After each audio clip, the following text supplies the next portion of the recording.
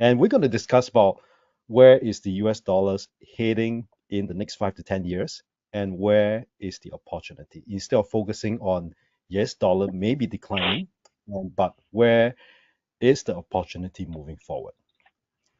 So this is what we are going to discuss here tonight. I'm going to talk about the inverse relationship between the US dollars and other assets. So it means that when US dollars is down, other assets may be heading up, but whereas other assets may be heading down as well. So of course, with a platform like IG, even at the assets is heading down, you can sell short the assets also. Then I think the second point will be a little bit more interesting here is that I'm going to discuss about who is the leading indicator when US dollars is down, who is moving up. And this is a asset that I always note that is a leader of all the other assets. As long as that this asset is up, the rest of the assets, according to their timing and reason, will also move up subsequently. And we're seeing a lot of them. And some of them is just at the beginning of moving up. So that's where we're going to discuss if this assets already move up. It may be a little bit pricier for most of us. So what are the group that's moving up next? Of course, the presentation should not be more than an hour, but I hope to reserve the next 30 minutes that we have in the time of Q&A, and Benny will facilitate that. So this is a disclaimer, and what I'm going to present to you here is definitely not a recommendation, but it's definitely my conviction for my own investment journey and my own trading journey is for my own consumption. So if you have any take back after what we discussed and you're still not sure, you want to find out more, please consult your licensed broker who is IG Singapore. They were able to help you. So some of the um, what I'm good at, in fact, is called quantum analysis. Now, what is quantum analysis? We're going to see a lot of it tonight here, where I think it should not be just solely that I'm using it. I'm actually advocating that investors and traders should also adopt this quantum analysis. It means that I usually, for myself, I use technical analysis to pick up upcoming trend, potential trend. But this upcoming trend, you also have to ideally that it can confirm with some fundamental understanding as well. When these two analysis merge, it became a proposition for myself to let's get into the market with a calculated risk in mind. So we're going to see that, but of course the topic will be revolved around with a weaker dollar to come. It's already pretty weak, but will it go down some more? We're going to discuss about that. If the dollar is going to continue to move down, where else are the opportunity that is up and coming? So that's the key that we're going to discuss here tonight. So let's take a little moment to further appreciate the US dollars. So this is dollar index. It represents the dollar trading partners, their group of partners measure the dollar index. So again, let me just bring you back to about 40 to 50 years ago. Is dollar really that strong? And my answer is not exactly. But of course, compared to the emerging markets, dollar seems strong. But compared to its trading partners, dollar to me has been on the decline, and especially to those countries that manage their currency well, like Singapore. Is you could see early example that Singapore dollars have strengthened against the US dollars by quite a bit. But we could see a general trend. And tonight I'm going to focus also the time of 2022. And if you can recall what happened in 2022, to me is a very significant year. We could see that the dollar index start to decline by 16% from its peak to around the recent low. And to me, again, between currency pairs, a 60% drop is a lot. Just think in terms of trading partners, in terms of business to business in different countries, import export. 16%, it means that you maybe earn 16% lesser from what you used to get between currency pairs. So, and this is the dollar Swiss. We could see that over the last 50 years, the Swiss has appreciated with against the US dollars by 6 times. Yeah, just by the March alone, it has appreciated against the US dollars by 22%. So what exactly is happening? So on the first part, I'm going to explain to you what is happening to the US dollars. But of course, again, for those that just join us, if the US dollar is going to continue to decline, and where else are the opportunities? So that will be the focus that we'll be discussing tonight. So this is the dollar sync, which we have discussed earlier. From 2022 to current, it has US dollars have depreciated by 12%. It also means that Sing dollars have appreciated by 12% against the US dollars. Okay, I would have one question before I get into Q&A. I just want to get a sense of among the participants tonight, what is your view about the US dollars? I want to get a consensus. I do not know. I think we have multiple of tens, maybe 50, 60, or 70 of us here by now. What is your view on the trend of US dollars over the next 5 to 10 years? So I want to get a sense here. Could you type on the, I think the chat box or the Q&A box? If you find it's moving up, you just put up. If you find it's down, you just put down. My question to you is that what is your view on the trend of US dollars over the next 5 to 10 years? So I have my answer, but I just want to hear from you. What do you think? I want to get a general consensus, and that will be a market sense of what are the investors and traders thinking as well. So maybe you can do it now. I will just leave it open for the next 30 seconds. If it's up, you put up. Down, you put down over the next 5 to 10 years. Let me just go to the chat box and get a consensus from you. Oh, we have about 77 of us here tonight. Can we see the, oh, it's a Q&A. Okay. Can I have more contributor? Yeah. I think it'd be great if we have 1/3 of 77 of you participate attended. So I could see the next 5 to 10 years. Most of us feels that the US dollar should be heading down. Maybe in the next 10 seconds or so. Yeah. So that's my general feeling as well. But the question is that why? Why US dollars is heading down? It's already down quite a bit, as we could see. Why is it going to continue to move down? And so to me, it's always important if we know the reason why. As we've moved into our investment and trading plan, there's a platform for us to have that idea why. So we're able to move into it more confidently. So I think it's quite clear that we are alike, that most of us, I would say that 90% or 95% say that it's heading down. Okay, so I just move on to the presentation here tonight here. And I hope that you can see my PPT. Going back to the slides, what is your view on the trend of US dollars over the next 5 to 10 years? I think 90% of us say that's down for the next 5 to 10 years. I have to be time frame specific as well. Maybe after 10 years later, things may have changed. So then there's a lot of things that we can do over the next, from now to the 5 to 10 years later.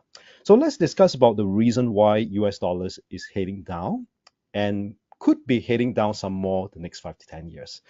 Now, the key reason is because of the US debt.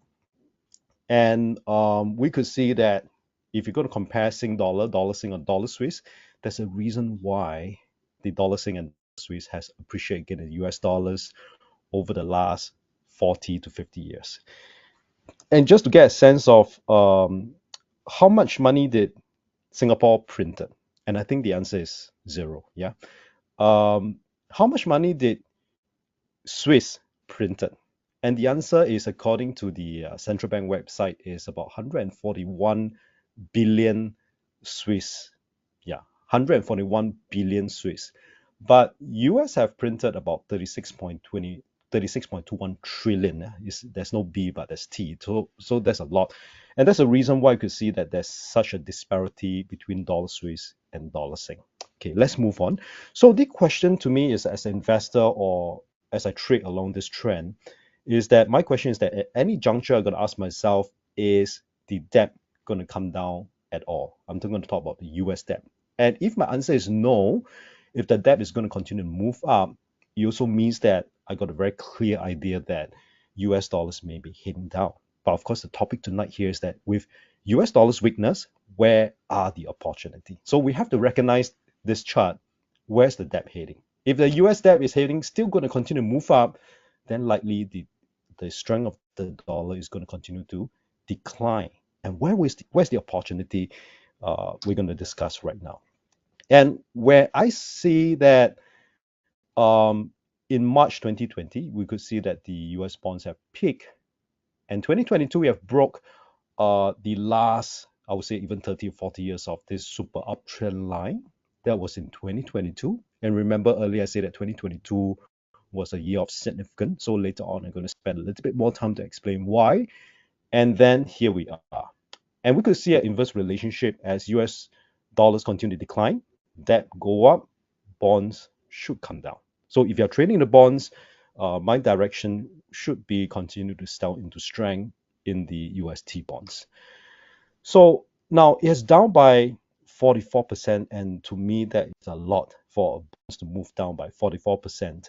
And let's understand why is the US bonds moving down and what is it telling us when the US bonds is moving down. Okay, think for a while, ponder for a while.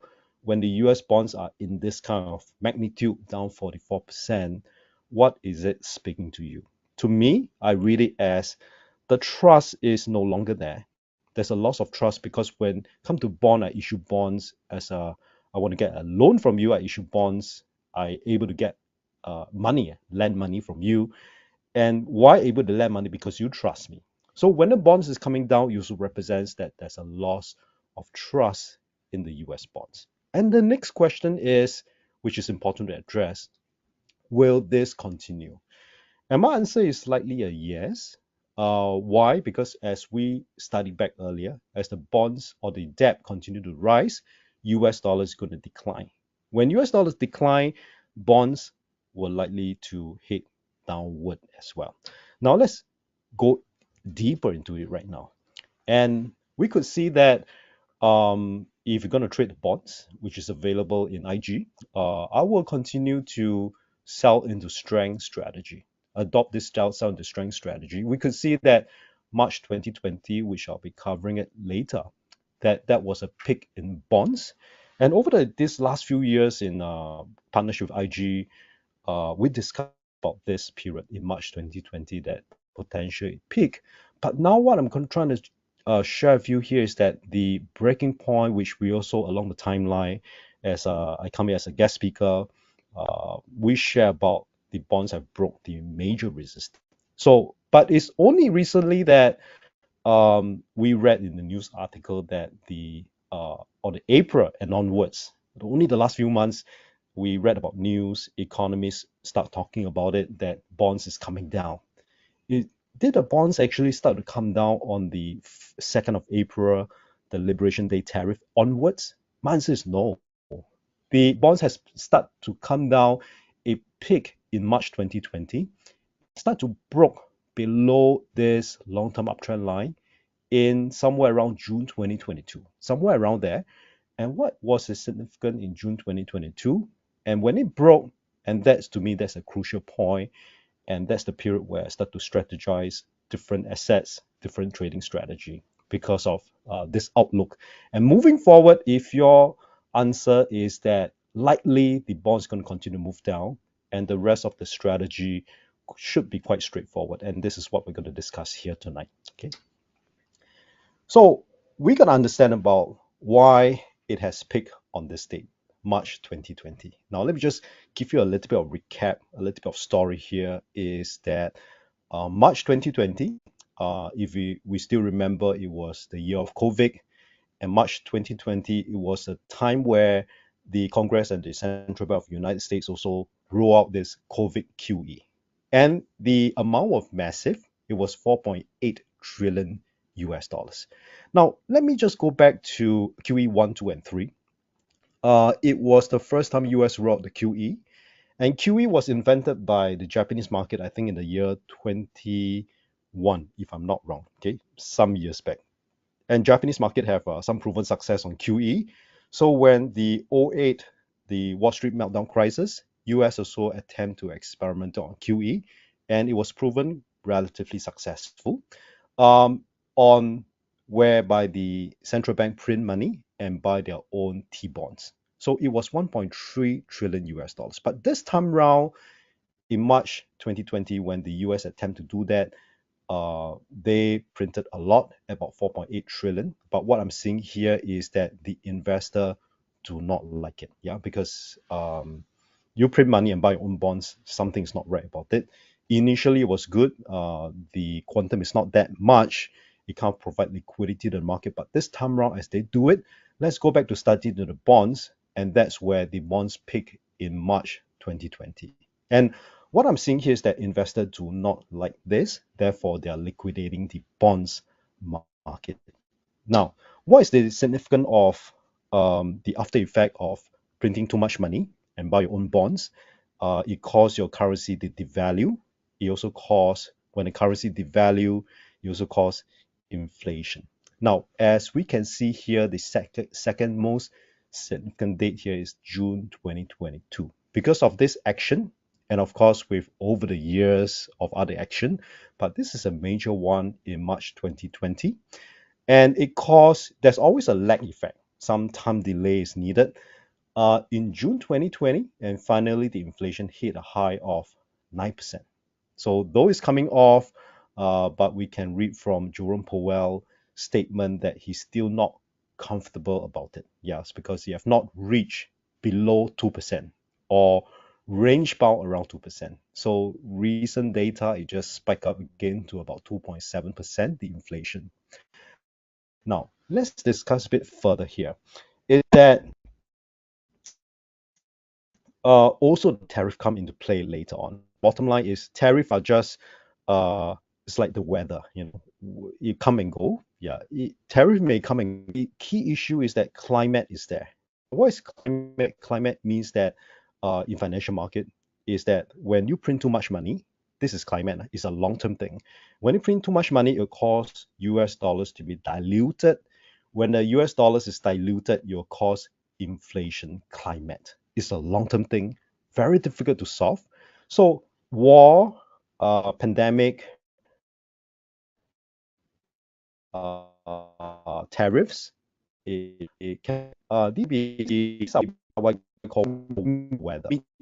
It causes spike in price spike. Go, but Hi, the Con, how? trend being laid Sorry, out I is think. called inflation climate. Climate is long. Now, what happened here that, of course, we know that the second 8 years. Sorry, I think there Can you might hear have me? been a slight disruption. I think maybe the internet a little bit. So just wanted to do a check-in. Like, Okay. Yeah, I think I'll just continue. Yeah. Can you hear me now? yep, all good. Can you hear me now? Yep. Okay. Yeah, Yes. I'll just continue Thank you so unless much. the lag is it's like gonna last for a few minutes. Yeah. So now Okay. let's go back to what happened here in the tariff here is that the first time announced was 2nd April, and the baseline tariff was on the 5th of April. Yeah, everything there's some time lag here.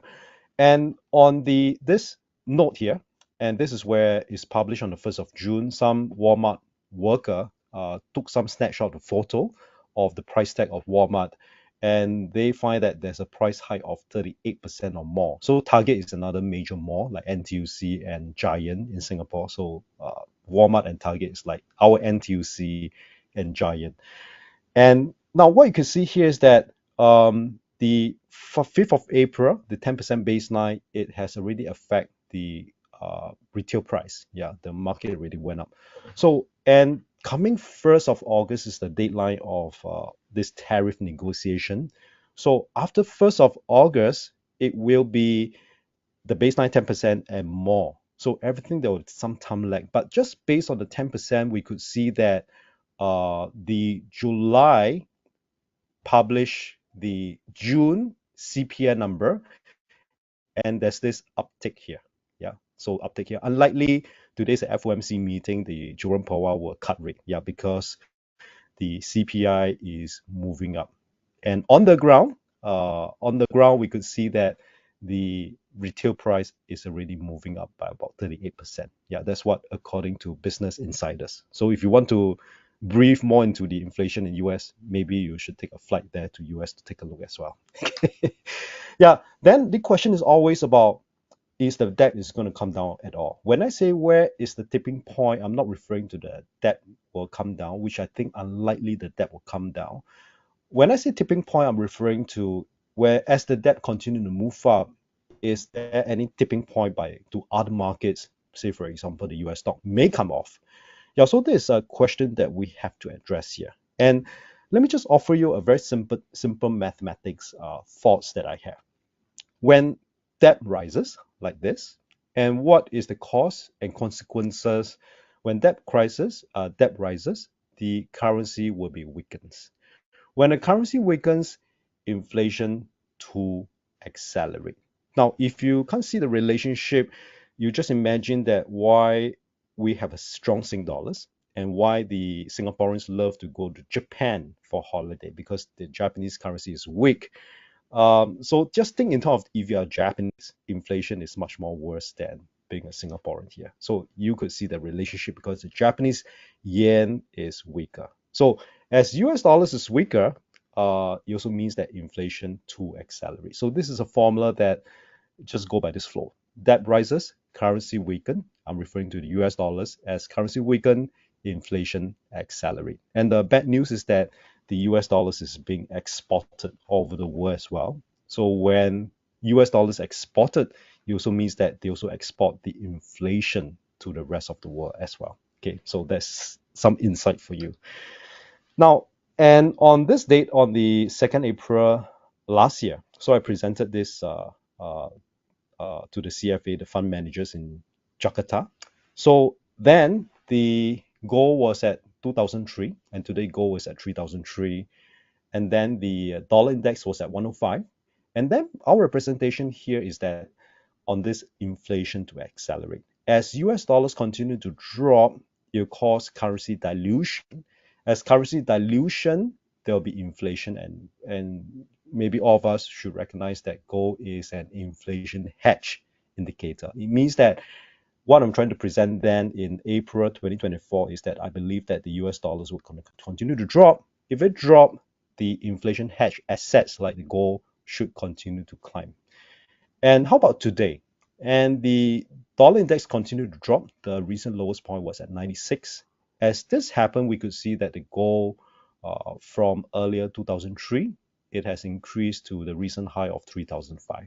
Yeah, so the proposition here is that where's the opportunity? And if you ask me for long-term trend for the gold, and I believe is that if you believe that US dollars can continue to on the downtrend and likely on the long term, that the gold likely is going to continue to move uptrend. But in the short term to mid term, I'm seeing that gold is going to have some headwind and may have some correction to come. That's in the short term to mid term. But in the long term, I'm still seeing that there's a potential that US dollars is going to continue to be on a downtrend. Therefore, the long term, the gold will continue to move up. Now, let's discuss further. So, what happened to June 2022? Of course, that's when the inflation hit a half 9%. And the inflation coming down for good, I'm not exactly sure. And Jerome Powell have never commit that he's going to cut interest rate. Now, all these news that we read that potentially he may cut is all from the news reporter. They hope that he will ease interest rate, but he never said that he's going to ease interest rate at all over this period. Now, what happened to when UK eased interest rate? I think for 4 times in a row, about 25% cut each time. So far, they have cut 100 basis point, which is 1% on the interest rate. Now, what happened here is that I think Jerome Powell do not want to see that. Is that this is UK inflation? It also reached a high of 9.6% in October 2022, and it also came off. So as it came off, the BOE cut interest rate around 3 to 4 times, each time about 25 basis point. Now, when they do that, the inflation start to creep up, and this is what Jerome Powell hope not to see. Now let's move on very quickly because I want to move into this asset rotation play, which is very interesting. Where we're going to discuss about as US dollars continue to decline, where are the assets that potentially will be moving up. So this is what I have my flow of thoughts. Yeah, so I presented this to the fund managers, the CFA society across the different region, and today I'm just going to also present it to you as well. Now, so what for US, it began well, it grew risky over time. But yet, I want you to see that things are getting a bit riskier, but yet there's opportunity awaits. So we discussed about the debt and QE. Yep. So, and because of this debt, continue to increase, and it seems to be very tough for the US not to have debt. I think the debt will continue, and you also have to understand that on the next crisis, will the central banks deploy QE again? And personally, I feel that on the next crisis to come, they may apply QE. When they apply QE, you're going to cause the debt to continue to escalate further, which is the flow is that if that's going to happen, the currency will continue to depreciate further. Let me just off this. The currency is going to continue to depreciate further. When this happens, which we explained, it causes inflation. When inflation comes in, the interest rate will continue to stay firm, like US right now, and interest rate and yield are similar. And how to understand interest rate and yield is like interest rate set by the central bank. Yield is something like your fixed D, or the 2 years fixed D, 5 years fixed D, or 10 years fixed D. If we don't have the 10 years fixed D, or the 2 years mortgage rate. These are called a yield. So interest rate and yields move hand in hand together. So if that happens, bond should continue to depreciate. So between the interest rate and bond, there's no in order, but they move along with each other. Now, when this happens, and I suspect the US market is going to remain very volatile, and it seems to be up now, but I reckon that the US market going to have a lot of trading opportunity. It's going to remain volatile, and therefore, over the past 3 years by now, I've been advocating to do assets rotation allocation. So we're going to discuss that in a short while. But let's just move into our second segment, which commodities is leading.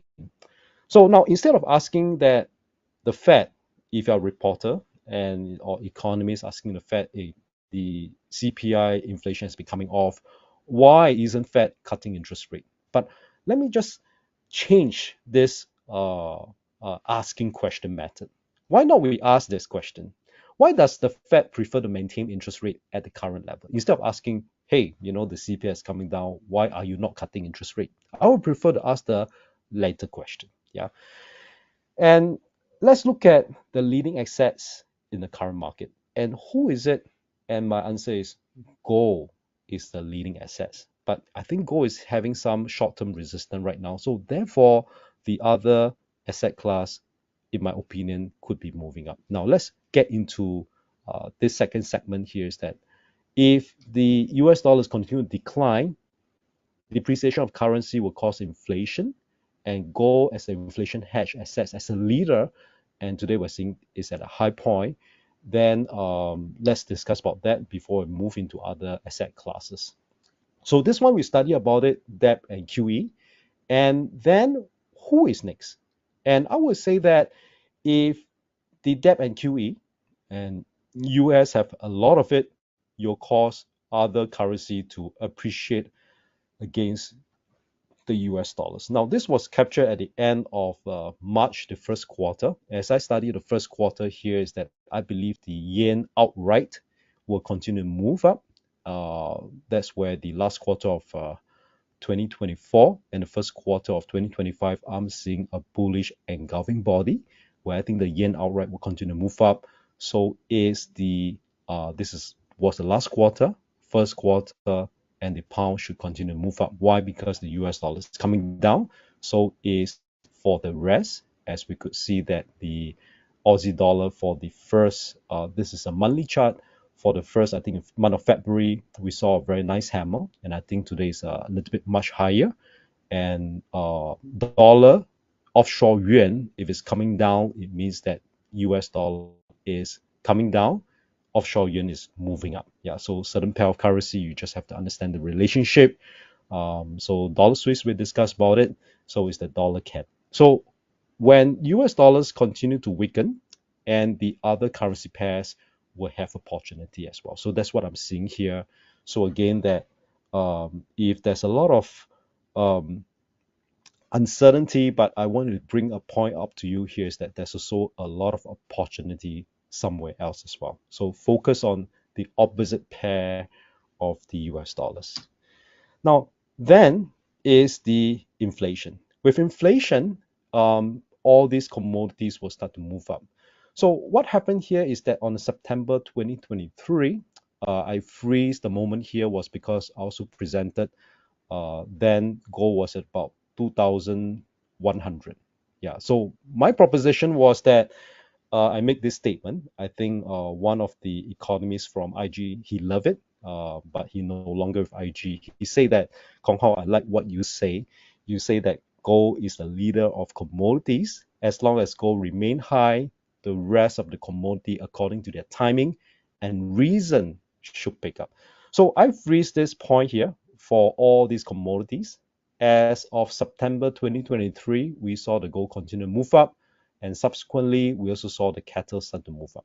So I prepared these slides about 2 weeks ago, and today the cattle prices from 311, it went up some more to 336. It continued to move up.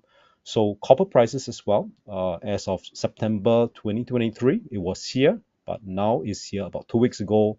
But as of now, today, 30th of July, it was at 5.639. Yeah, so just about 2 weeks ago, it was 4.79. So you could see that the commodity are still moving up. So what's your thoughts when we look at all these commodity prices? It will affect the inflation data. So when I look at them, I don't quite agree that the inflation is moving down. Although it's from 9% to about 2.3, now it's 2.7 for US inflation. But looking across all these commodities, I have to disagree that there's a good chance that the inflation is going to come down to 2%. But because all these commodities speaking to me that is still very much elevated. Yeah. So again, and the current opportunity I'm seeing here could be the soybean oil, and it should be available in IG as well. Do take a look. Copper and silver is something that I like, where silver was on the 9th of this month. In July, we have another session of IG. We spoke about silver, where I felt that we discussed about the gold and silver spread, where the gold will take a break for a while, and the rest of the metals like the copper and silver should be moving up. And we saw that the copper went up and silver also a bit firmer as well. So all these commodities are available in IG. Do look out for it as well. Now, so that was what we shared on 9th of July. That was just about 3 weeks back.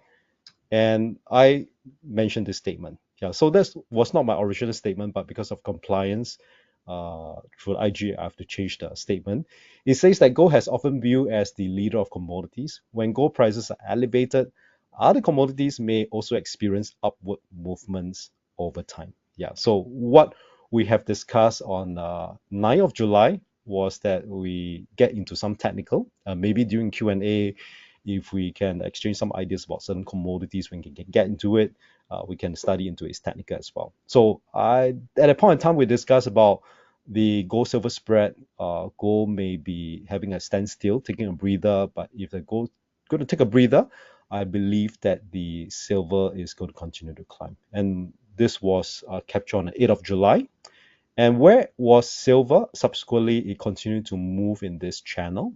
It went up to a high of close to about 40 US dollars, and today it is at about 38.18. So I suspect that it may continue to range bound in this channel. So once again, as US dollars going to be weaker, and commodities like gold, silver, copper, according to their time and reason, do look out for buying on dips opportunity like silver. Okay, so my plan for buying silver is that accumulate them. Once you have a base, you start to trade on this strategy on buying on low.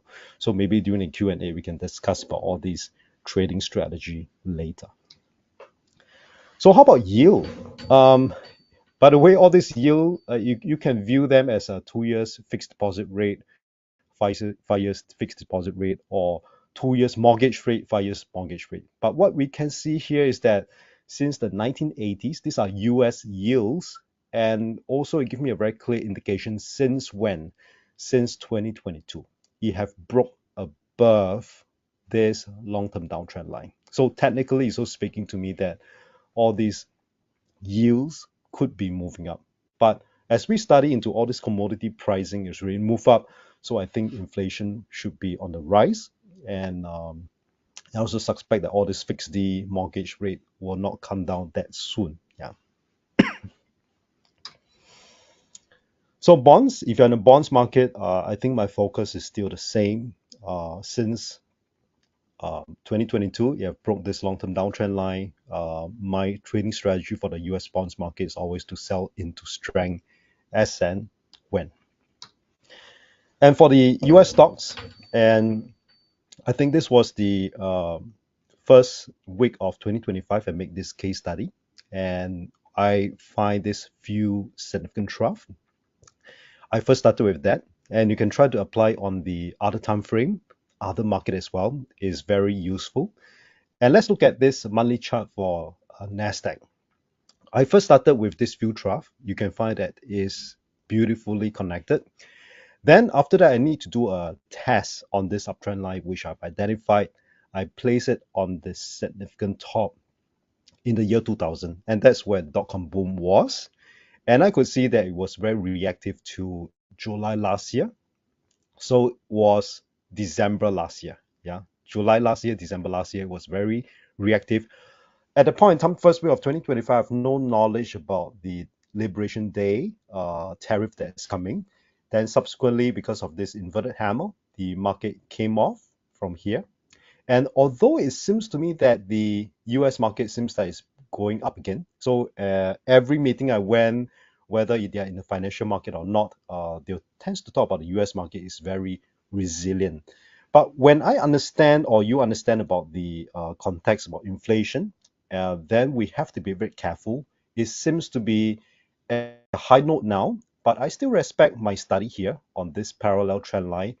And I do expect that in months to come, the US stock market is going to be pretty volatile. Why? Okay, let me just spend some time to talk about this, although not intended, but I felt that is necessary. Now we have to understand that the over this last few years, there's one big move here. We also saw another big move here. Okay, now what is this big move? What triggered this big move? This was 2022, and this was when inflation hit a high of 9%. The market came off. Yeah, before it hit the 9%, the market already came off. Yeah, because of fear of inflation, the threat of inflation. And this was December period. That's where the inflation for US CPI start to pick up 3 months consecutively. So the market formed this inverted hammer, and with the Liberation Day tariff, the market are fearful that the inflation may pick up at a point in time. So that was the sentiment. It was also this move from December to April the 9th. This move is also caused by the fear of inflation. Now, I'm just going to point out to you here is that this move and this move is triggered by the fear of rising inflation. Now, so at this juncture, we got to ask ourselves that if the fear of rising inflation still exists, if it still exists, and I think I'm not wrong to make this assessment, though the stock market seems to have above my upper band channel, but I would like to be very cautious about the US stock market. So if you ask me to trade the US on Nasdaq indices or S&P and Dow Jones, I will remain a stand of I do not think I want to take a long-term hold position for too long, but rather I want to be very clear about this. I want to be a little bit more active trading both sides because I'm seeing that the market going to maintain this volatility in months and maybe stretch to years to come, which is good. Yeah. So if you are traders, you should enjoy volatility and you should welcome them. So that's what I'm saying for US stocks and US indices. I will maintain as trade them than to buy and hold for long term. And I do not think that at this point in time it's conducive for me to start accumulating and buy and hold for long term, but rather I'll prefer to trade them. Now let's move on to the most exciting part now, which is called the asset allocation. So this was being shared in 23rd of June, year 2000. So what was this year? This was a year of COVID. Yeah. So I was presented at home, and although I was still at home, um, yeah, but I enjoy this period and to deliver insights at home. So that was that period with IG.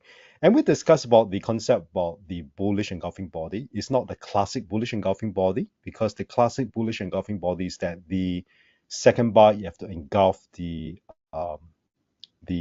first bar. So the whole concept is that as long as even about to reach is considered, in my opinion and my experience, is that I will consider this as a bullish engulfing body. Why? Because the psychology of it, it speaks to me. It means that this could be the first month or the Monday or first day, it doesn't matter. The market sell off, but next day or the next month, the market power back up, and it closed with a firm closing. It kind of um, win against all the fear. Yeah, so to me, this is a reversal signal. So what we saw in 2020 in June, I start to focus on Asia market because the debt of US is really on the rise. Of course, I still favor US stocks, but I also do not want to miss out on Asia stocks as well, especially after 2022, where we'll get into it later on. So this was a day on the weekly chart TI when the STI was at a rock bottom at 2002. That was some weeks later. And we saw that there's this bullish engulfing body. And subsequently, where are we today? The STI is at 4002. And this was the bullish engulfing body. Okay, so that was what we've shared. And I'm mindful that since about 2020, um, I start to focus on the other market as well, other than US stock market, yeah, for accumulation. So then in 12th of May 2022 in IG, the topic is about alternative market in a trending interest rate environment. So again, I dwell on the STI, Singapore market. Then I mentioned that if it may be resisted about 3006 along the timeline, but if it close above this 3006, which it break above the long-term resistance, market may start to trend up. So which I think this year we saw that the STI continue to move up to current level at 4002. And I think that the Asia market is going to be the next wave to come. So if you have missed out on Singapore market, wait for a retracement to come. So if there's an accident on the US market in the West, Asia market will suffer a little bit, but to me, that would be an opportunity to buy on dips subsequently. Yeah, so I will place my view on Asia market more than before than in the US market. And then that was the period in May 2022 where that period of time, the inflation almost go up to about 9%. And I'm seeing that, and I still advocate that goal. And that was the point in time in 2022 was at 1,887. And I discussed about this strategy that I'm using, that every cycle, there are four stages: decline, range or income, value, and growth. So at the point in time, our discussion was that I think the goal is still uh, at the beginning of growth, there's more upside. So that's what we discussed. And of course, today goal is at 3,003. It went up to half 3,005 because of inflation that I'm seeing there. It's not exactly over, although the CPI from 9% have come down to about 2.7, but gold still maintain at high. And what does it speak to you when gold is at high? It also means that investors are still seeing that inflation is not over at all.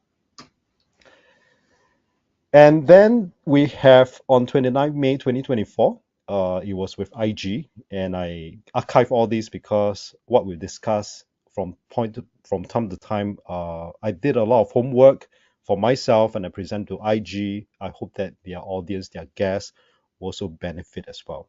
So starting from 2022, I started to take notice of the Hong Kong market, especially those China stocks, the tech stock listed in Hong Kong market. So that was last year in the NTUC conference hall, and the topic is positioning for what's next. And then I start to look at the bellwether of the China Hong Kong stocks, and I identified Xiaomi Yeah, so we again saw that there was a period of range. Remember, each cycle, there's four stages: decline, range, value, and I suspect that the growth may have just come. Because at that point in time, I understood that Xiaomi has get into from handphone business, household item, electronics to EV. At a point in time, I also studied about the Apple trying to get into the EV market, but in the end, they give up the idea. But Xiaomi persisted. So at a point in time, I kind of liked the idea, and but just based purely on the structure itself, because earlier I mentioned that some analysis that I like to use is called quantamental analysis. Quantamental analysis, it means that we combine technical and fundamental, and I'm seeing something there. And I still remember the NTUC conference after the webinar. There's a very concerning um, guest. They come and point to me that he saw some YouTube video that Xiaomi car exploded. Asked me to be very careful to invest in Xiaomi, but he's out of concern. But I think I saw those videos as well, but I didn't go and verify. Is it authentic or not? So, but I focus on structure. I focus on the ratio, the data, and I bought it anyway. Yeah, so the growth for Xiaomi today is we saw the structure from the income to value and the growth, and today is at 54.70. So I'm not getting in anymore.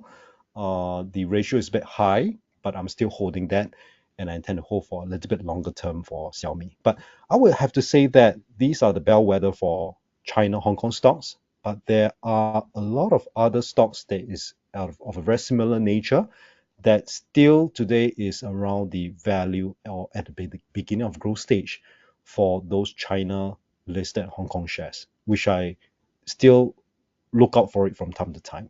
So maybe during the Q&A, if you have any particular counter that you are interested to look at based on this behavior, we can explore together.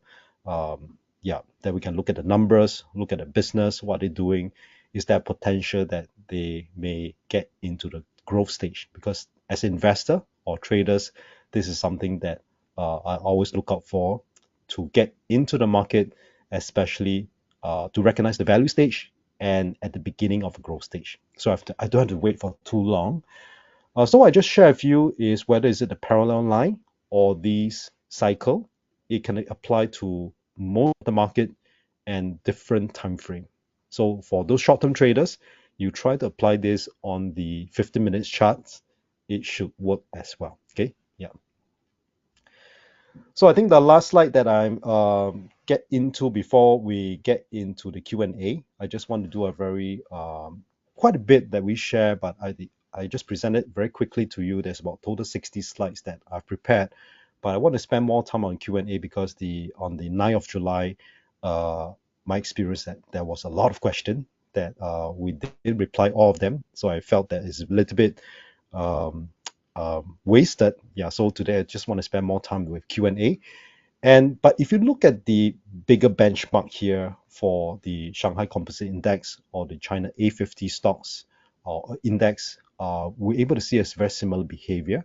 And what I'm seeing here is that there's this asset rotation play where if US is getting a bit unsure because of the debt and depreciation of US dollars causing inflation, when inflation rise, interest rate will maintain or go higher, and that's no good for stock market. And I see a lot of value in the Asia stock market. So as I look at the benchmark in Shanghai Composite Index, I'm seeing the over the last few decades, there's this strong consolidation. And by the way, after consolidation is always either move up or come down. And look at the fundamental development. I think the chances of breaking this high and moving up is much higher. So this was captured about 2 weeks ago as I have to send to IG compliance clearance. Then was at 3534, but as of today, it went up to 3598. So has it broke above? Not exactly because we're looking at the 3-month chart. Yeah, so 3-month chart, it means that it has to broke above by end of September.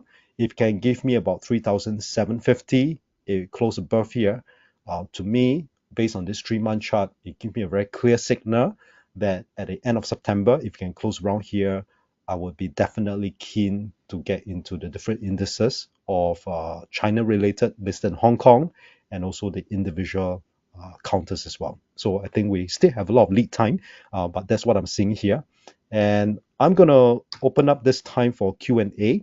And but before that, and Ben is going to help me to facilitate all the questions, and we're going to get into a discussion here together. So what you can do is that how to get connected. I have this YouTube channel. Every week I will share some market insights. So you have not subscribed to my YouTube channel, you can look for my name, Kon Hao. You're able to um, view my insights that I'm going to launch it every Sunday at 10 a.m.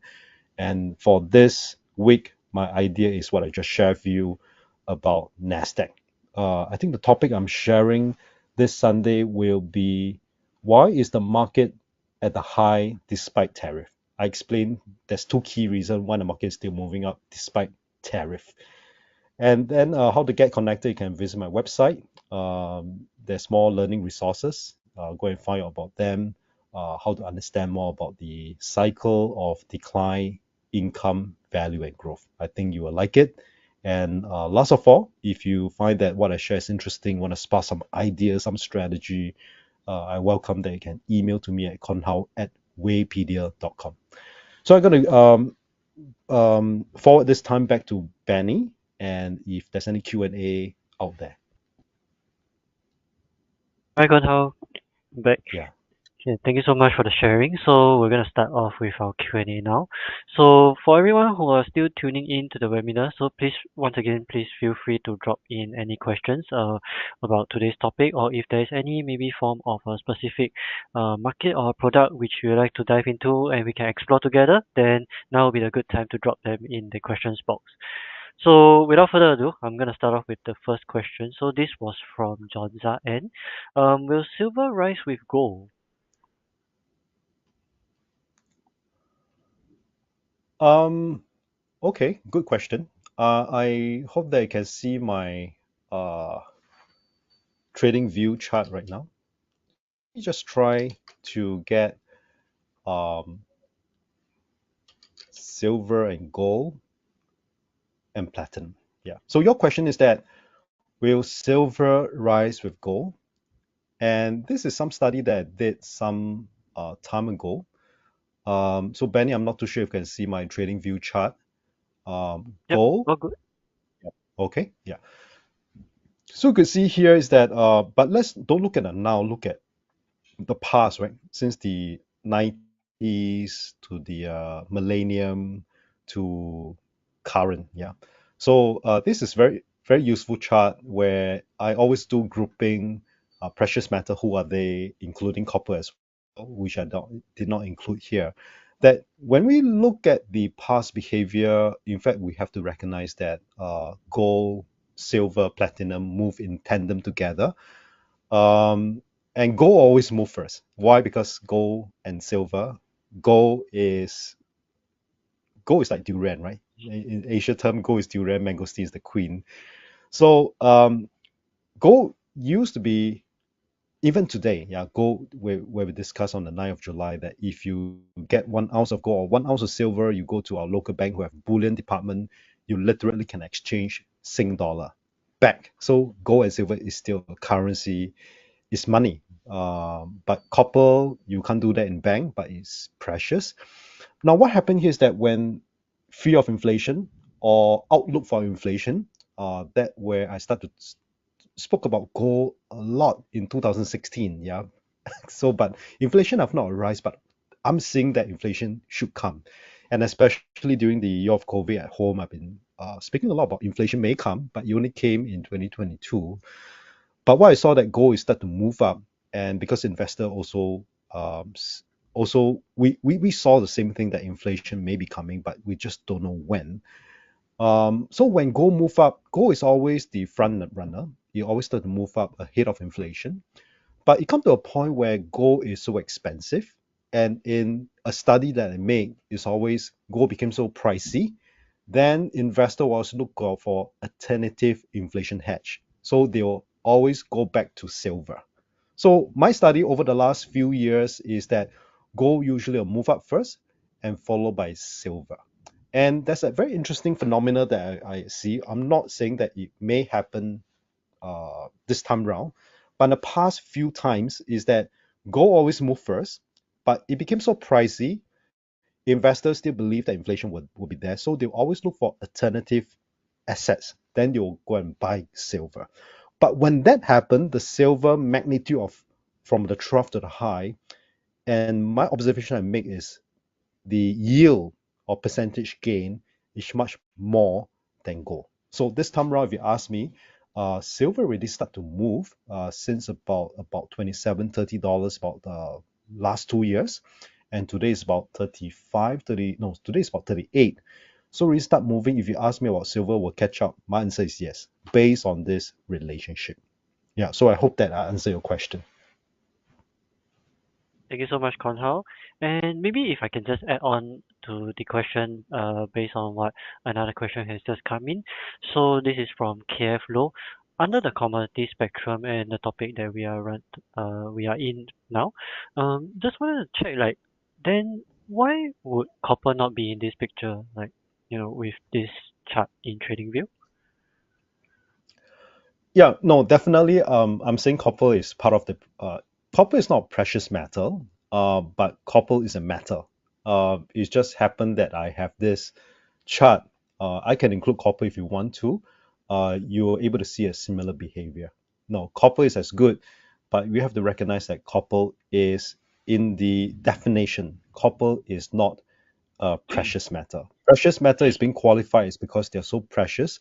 The ore means that every say a cubic earth that you mine, you can only find a very small fraction of gold from every cubic meter. Yeah. So copper you can find relatively large in terms of the ore value.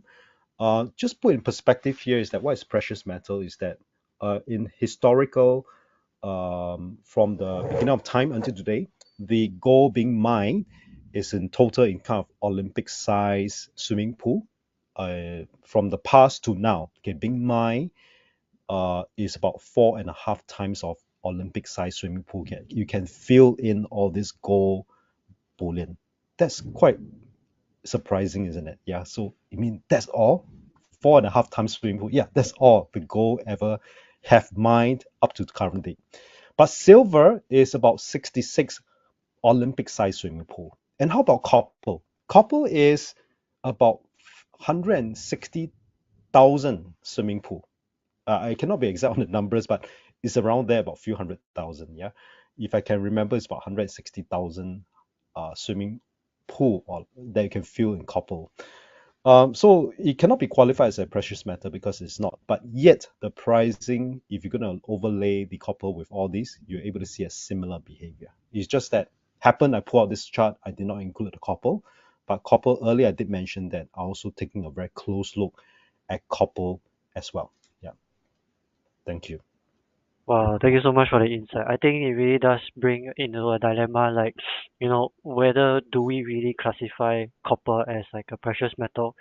But I do think, like, the way in which you try to illustrate it and for us to picture it in terms of like the Olympic swimming pool, maybe it is a question mark on whether copper might be a precious metal. But I think that is something that maybe we can always continue to look into. Yep. Okay, so now I'm going to move a bit away from the commodity side of spectrum. So this question, the next one will come from Raja KD. So a couple of questions coming in with regards to the USD. So his question is that given that the US stocks could be overbought and the USD itself may come down. So what does this all mean for global markets? So adding on, some of the questions that come under this topic would also be, for example, would this changes also suggest that it will be rather long-term trend for USD to go down. And then, yeah, so is there any possibility of the dollar for weakening even further? Yeah, I think it's a very good question because this question kind of helped me to sum it up what we have discussed here tonight. Let me just show you this slides here. So you're asking whether the US dollars will continue to come down. I think the consensus I think if you join us later, right, at about the 10 minutes of this run, what we did was about 70 participants. I asked them what's your view for the dollar trend in the next 5 to 10 years. About more than 90% of you say that the dollar trend is should be coming off. And of course, during the presentation, I present to you why the US dollars is likely to trend down for the next 5, 10 years or even more. But of course, as it come down, where are the opportunities? So I think this question, it kind of sum up the whole presentation here this evening. Now, so your first question is that is US dollars going to continue to come down? The answer is likely a yes, based on what we've studied, because the debt seems to be continuously moving up. So earlier also discussed about, in fact, this debt and QE, it caused an inflation climate. It's not a weather, right? So weather is short term, like for example, war, COVID, even tariffs. These are weather. It come and it may go. Yeah. So it caused price to spike. That's why we saw that in April the 2nd to April the 9th, because of tariffs, the price spiked in the Nasdaq, but now it's moving up again. But there's this underlying issue that we have to agree on, is that inflation is very uncertain. Yeah. So as the debt continue, the QE may deploy in the next crisis. That will cause inflation to stay. When inflation stay, interest rate will maintain at this point in time. So I felt that Jerome Powell did not bow down to pressure, because he understood what we have discussed tonight. Yeah. So he didn't bow down to pressure, and interest rate remains staying higher. So when interest rates stay high for too long, it's no good for the stock market. Why? Because most of the stock companies, if you look at the Magnificent Seven, these are good companies where they have a lot of cash reserve. Yeah, but we have to look at the totality of the NYSE. Is made up of a lot of other smaller mid-sized company from Russell 2000. They are not so fortunate as the Magnificent Seven, so they don't have a lot of cash reserve. Now, as the inflation continue to rise or stay at this rate, it's very difficult for them to expand the business, because most of the business is that they also need to borrow money for expansion.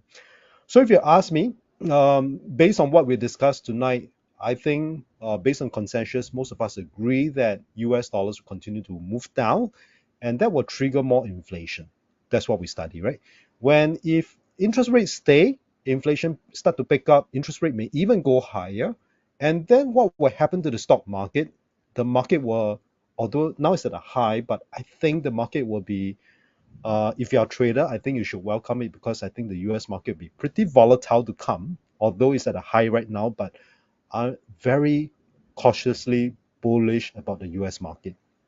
I cannot go against it because now it's at a high. I have to recognize that it's on the trend. But in the same time, for US market, because of this relationship, high inflation lead to interest rate to maintain, and I suspect that the US market will get into a very volatile period. So personally, I would prefer to trade the US market getting in and out. But in the same time, a little bit more on the long-term hold, I would favor other assets like the commodities, where we discuss gold and silver. That was what we discussed on 9th of July. It really started to move up. So is copper, and not forgetting the other commodities as well, like the soybean oil that I saw that is moving up again. And just to sidetrack a little bit, you want to know why soybean oil has been moving up? Because the agency has include, diesel is a very big thing in US, because their machineries, their truck, they use diesel.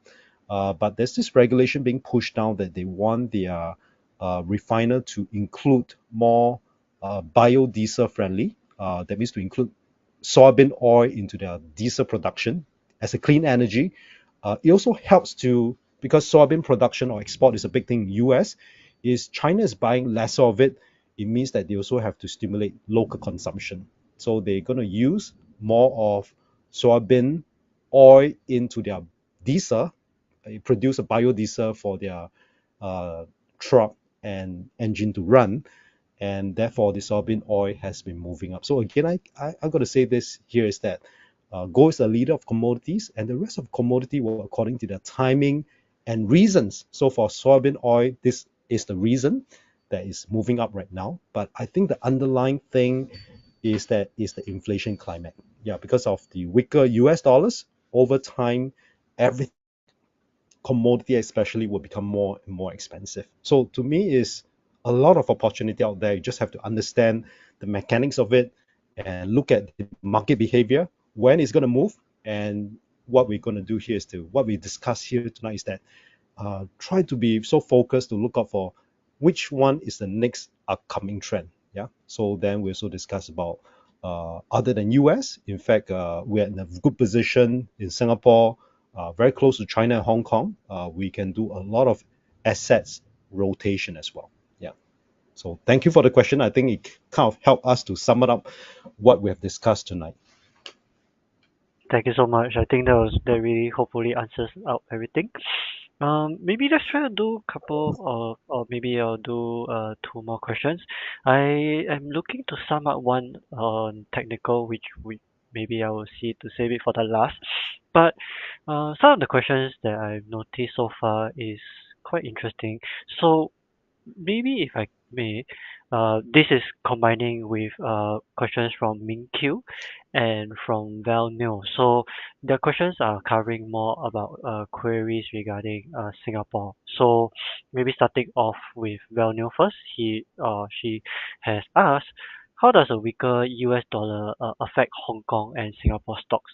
And maybe if we may add on is from Min Q, what do you think of Singapore rates? Would you say that they are investable now? Okay, I think US risk is always investable. It's just that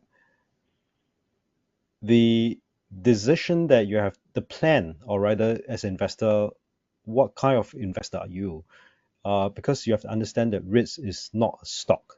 Yeah, so risk is for dividend play. So you got to be very clear about this.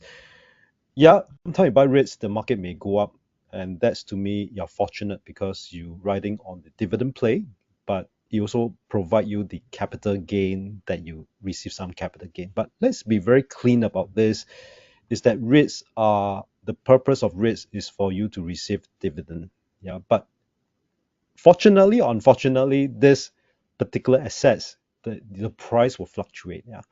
So the one way to maybe I just sidetrack here the investment strategy for REITs is this. So try to have a REITs where they have longer term history, but you have to understand that the REITs focus is for dividend play. It means that you are not exactly into capital gain, but if it come, good for you. Dividend play means that you are generally not a very risk taker as an investor. Yeah, because when we get into uh, common stocks where they pay dividends, I hope, and you also look for potentially capital gain as well. Just like the Xiaomi I mentioned about, it pay dividends, and there's also opportunity for capital gain if their EV are successful. So that was in 2024, but it proven to be successful. So that's good. But for REITs is you're getting an income. And why I say that you need to study the longer term history of a particular REIT is because you will notice that the rates do not go up a lot over the history. Usually is in a history their cycle, let's say 10 years history for this REITs, but trying to understand where is the range. Now for REITs, usually there's this range, upper band and lower band. When market is not so good, the REITs will come down to its lower band. And that around the lower band is the best time to invest in REITs because in terms of the baseline price for the REITs, you know it's around the low. The business is still as usual, and hopefully they still pay you the average dividend. So you try to get hold of the lower band of the REITs instead of sucking into the hype of the upper band of the rates. Yeah. So you try to understand that. So buy around the lower band of the rates, and that's the risk play. So if you ask me, rates, is it good for this time? It's it's classic, it's always good. It's just that what is your motivation as an investor? Maybe I will suggest that you should have maybe 10 or 20% of your portfolio in REITs If you're a bit more savvy like myself, but you want some comfort that pay good dividends about 5% or more, but recognizing that risk, the whole objective is not for capital gain. So you have to understand that. So therefore, only park about 10 or 20% in REITs if you want to. Then the rest, based on my age and my profile, I would like to take a little bit more risk, maybe about another 50% on the common stocks. Yeah. So that's my plan for REITs. Then the combined question that you have, Benny, is that how will weaker US dollars affect the Singapore market, right? And I would say that a weaker US dollars will cause the Sing dollar to be strengthened, that we can see over time, right? So it's even better that with a weaker US dollars, but I hope that it's not, it's weaker in a sense where it was good. You see that the dollar Sing actually weakened over time. You don't see a lot of spikes. So I don't like to see spikes because spikes, it means that the market liquidity is not there. But it's weakened over time. It also speaks to me that Sing dollar is strengthened over time. About maybe 10, 15 years ago, different investor will ask me about should they buy Australia property, all this and that. Uh, I know whatever I say, they will still buy anyway. So but my whole idea back then, even $15, 15 years ago, is that I think Sing dollar is going to be strong. So if you're going to buy Australia property, maybe good, but you may lose out on the currency depreciation on Aussie dollar, which over the last 15 years, you saw that the Aussie dollar has depreciated. So on a weaker US dollars note, I would say that Sing dollars will be strengthened. And in fact, that's even better for the Singapore market, not just as a Singaporean or if you're a permanent resident earning the Sing dollar. I will continue to advocate that there's a proposition for Singapore stock market. There's a lot of value, and the foreign investors are seeing that as well. That's why I could see that the um, over the past few years, there's an increase in the fund flows from foreign investor to Singapore local stock market. That's what I'm seeing here. So in a weaker dollar context, it actually helps Singapore dollars or Singapore stock market. That is what I'm seeing. Okay, thank you so much. So maybe let's dive into maybe something. Let's have one more question. But I'm thinking in this question we could have something more of a hands-on and technical kind of demonstration if it's possible. Sure. So yep. So that question will come from Ethan, which he has asked like, can you give us an example of how you would possibly take an entry, and what setup or specific triggers would you tend to wait for? And maybe in addition to that, I think there was another question which I may check that it might be also something related to being technical with the question like, are there any like is there a duration for there are four phases, for example, decline, income, value, and growth? Like how are they determined? So will we be able to get a hands on today to see how this technical Definitely. side of Yeah. things work? Yeah. Awesome. Yeah, definitely. So I think if you can see my trading view chart, I think that'd be great because I've included copper inside. Uh, can you see that the purple line is copper? And I want to appreciate this all these metals that is moving in line over the decades. Yeah, so copper is not forgotten. Definitely, yeah, I like copper as well. Okay, so now going back to your question about how to apply what I've just demonstrated is that maybe I need an assets instrument. Maybe the assets instrument can come from Danny or any participants. Then I can show you what how to apply. Maybe what I suggest that how about we get into a particular counter, particular stocks. I do not know. So Benny, what stocks or the participants or our guests would like to see? Yeah. Mm, well, there is one. This is just a quick shout out to Win. So I think he mentioned a couple of markets or products that we can look at. They are mainly focused on the uh, China markets, or so maybe if I can check, will we be able Yeah. to do hands-on with, let's say, JD or BYD? Like either one JD. of them? Yes. Okay, I think JD. Yeah. Okay. Uh, JD in Nasdaq. I think that's fine. We can explore with the Nasdaq. Okay.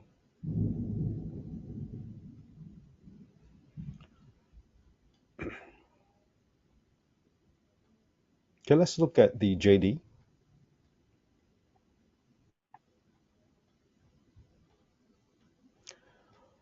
So what we could see that the JD here is that we can see in the context of the cycle. Let's look at the last cycle that we have. That was in 2014. I was listed in Nasdaq in 2014, right? So you can see a period of consolidation. Then you can see a period of spike. So basically, the whole idea about how I recognize all these is that when the price spike, you have to understand that the price always spike with a reason, because it requires a lot of finances to cause the price to spike, right? So when it spike, you also have to understand the fundamental at the point in time, what is JD doing? Yeah. So after spike, if it's continuous, it should enter into a growth. Yeah. Yeah, but if the growth are not being managed well, or it could be a macro reason, that was during COVID, and also the Chinese government come in to do the cleanup, which I welcome the Chinese government do the cleanup, because I think they clean up in many sectors, in property, in tuition, education, in the IT sector, microfinancing, which is good because my view back then was that anyway, there's a lockdown. It seems like so far away, right? But that was just about a few years back.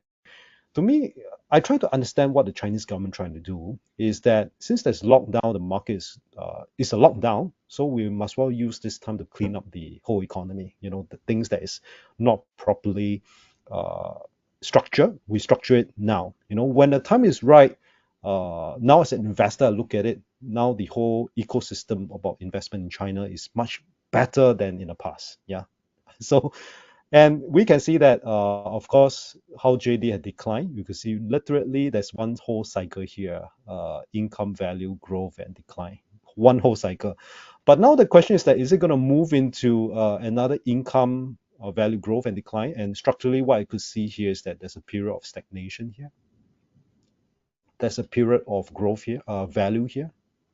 Now the question is that, and I have to pass you this patent to do your job here, is that potential that again the price spike for a reason? Then you gotta understand about JD.com.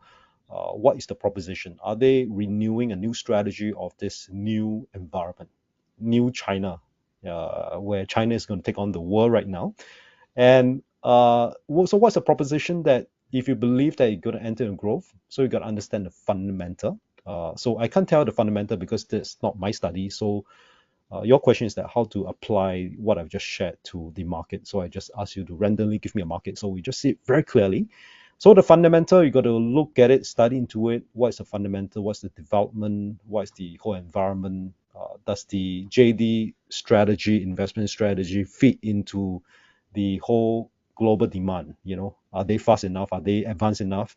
If they are, then that's good for them. Then there's a proposition that it may enter in the growth stage. So then I hope that therefore I give you my email. If you can, just share with me what's your thoughts if you find that JD is going to enter into a growth stage in time to come. I would like to hear your view so we can exchange some ideas. Yeah. But if you want to learn more about these four stages, you can visit my website. The resources are all there.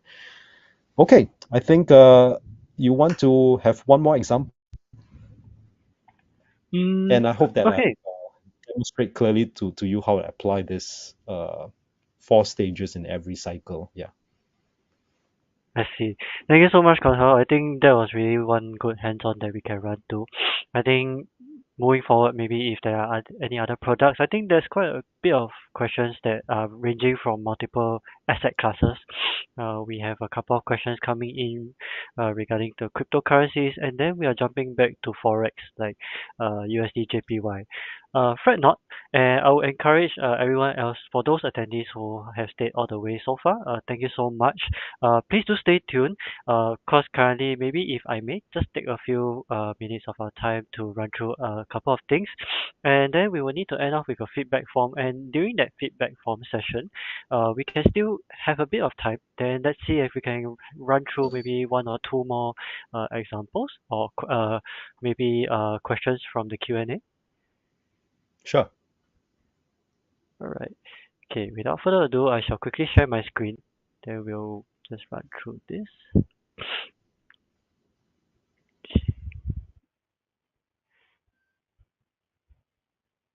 Okay.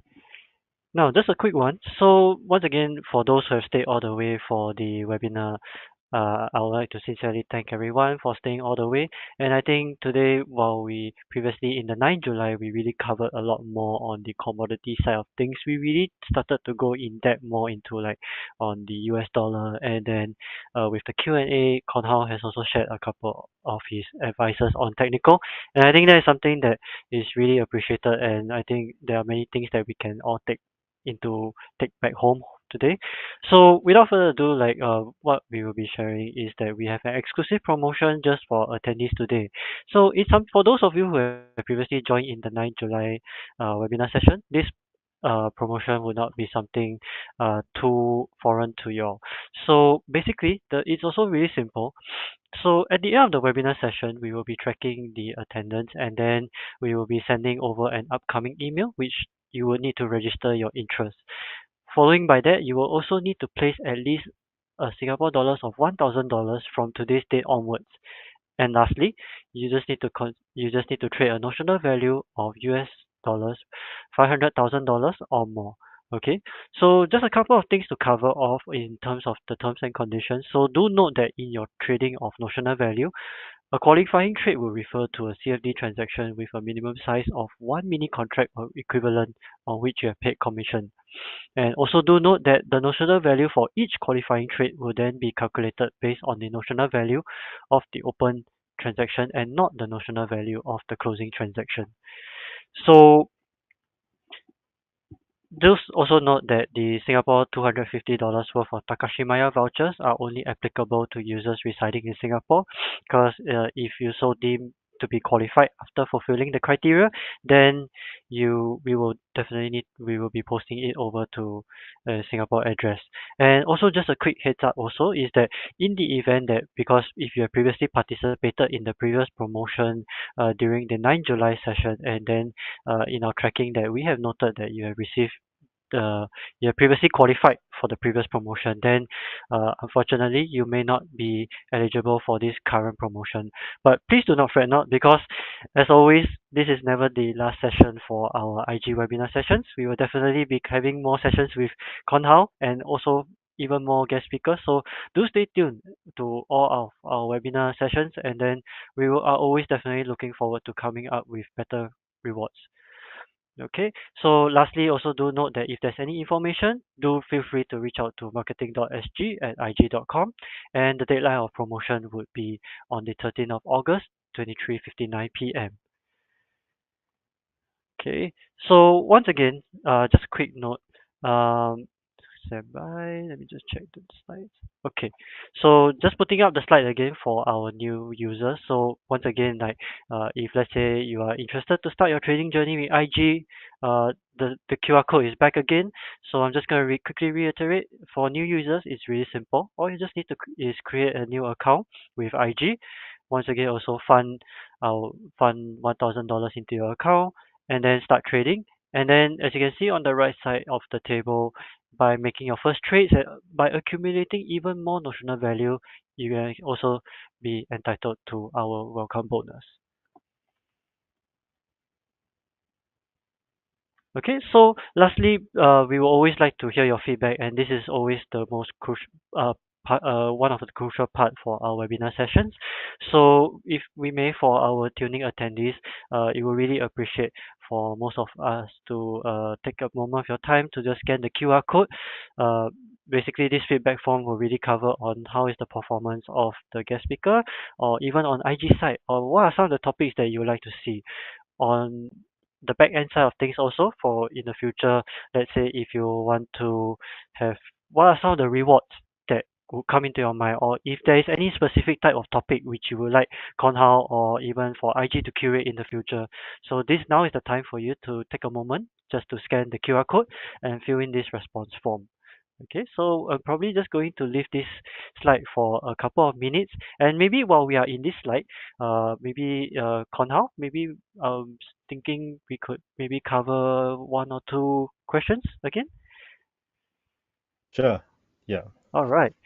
So okay, so I will just touch on one of the latest question for now. This is from Melissa. So I think, please correct me if I'm wrong. Yeah. So we understand that tariff can help US to have substantial money, but isn't that can help reduce US debt? Hmm. Will we be able to interpret this? Yeah, so definitely I think the tariffs will bring some income for US, but I think the flip side of tariffs is that it's going to cause inflation because uh, as an investor, we have to understand that if you ask me to look at, there's so many indicators, so many elements to take on to study them. Which one is the most important? Can I say that the most important is inflation? Yeah, so now go back to tariffs. Yeah, it may bring income. What's the flip side of tariffs is that it will also cause inflation. So inflation and interest rate is the, to me, in my opinion, in my experience, is the number one indicator to look at in financial market. And if you're new to investing, I would recommend that study and understand inflation and interest rate and how interest rate is going to affect our day-to-day living and for business operation. Um, so now you have to understand for tariffs, it will bring in income for US. Yes, it's true, but when they increase 10% of tariffs, what does it mean? It means that the importer of US have to pay 10% more on, say, we export Singapore product to US. Importer of US to pay 10% more, and ultimately importer in US have to pay 10% more. It also means what? They have to price up to the end consumer of the US consumer. So what does it mean after that? It also means that the US consumer have to pay more for whatever product they are buying. So this will lead to what? Inflation. Yeah, so all these taxes, the 10% more, who is collecting? Yeah, of course, the US government. From who? From US importer. Yeah, it's not the exporter, it's the US importer. So don't get it wrong. It's from US importer. So ultimately, yes, they may get more income, but the flip side of it is more inflation, which is, I think, is harmful over the long term. Yeah, so this is what I have to say. So, but as a trader, as an investor, I think looking beyond is that we have to understand that with all these turbulence, actually, to me, turbulence is good because when market is uncertain, it means that there's also certainty in other markets, like what we've discussed tonight. The bonds is maybe likely to continue to go down. The commodities will take turns to move up. Interest rate likely to move up. It seems that there's some rotation play to the Asian market. Likely now is that maybe at the beginning of growth, maybe. So there's a lot of opportunity. So I would say this that personally I like uncertainty because the more uncertain the market is, the more opportunity there is in the market. Yeah. Thank you so much. I think that really helped to cover a lot also. And hopefully, Melissa, we were able to address the question. So we have started to see a couple of entries, responses coming in. So I believe we can possibly close off the session now. And for those of you who have also came up with a lot of questions, thank you so much for your active participation. It really means a lot. And I think like although we didn't manage to really go in depth yet about maybe on cryptocurrencies, maybe on forex, but I do believe like these are some of the topics that uh we can definitely have something to discuss with Konhao, and we'll see like really really soon. What are some of the topics that we can look forward to for IG webinars with Konhao? What do you think? Crypto or forex? Man, it's a question mark, but don't worry, we will figure it out. And then yeah, we'll definitely be looking forward to come up with even more topics on the macro side of things. Okay, so probably right now I'll close off the session in a bit. So once again, I would like to thank every one of our attendees for taking part in this session, and also sincerely I would like to thank Konhao for always being one of the closest partner with IG. I think we have really gone through a lot of experience. Do stay tuned. Like previously, we've had the we've had the seminar sessions, and then we've also had the uh, webinar sessions. So without, I think most of them we've really covered a lot of engagement, and you know, in terms of the macro, there is never a doubt that the forecasting would ever go wrong. So do stay tuned for subsequent trading seminars and webinars. And thank you so much. So with that, I'll probably close off the session and wishing everybody a good night. Thank you so much, Konhao. Thank you so much, everyone. Thank you.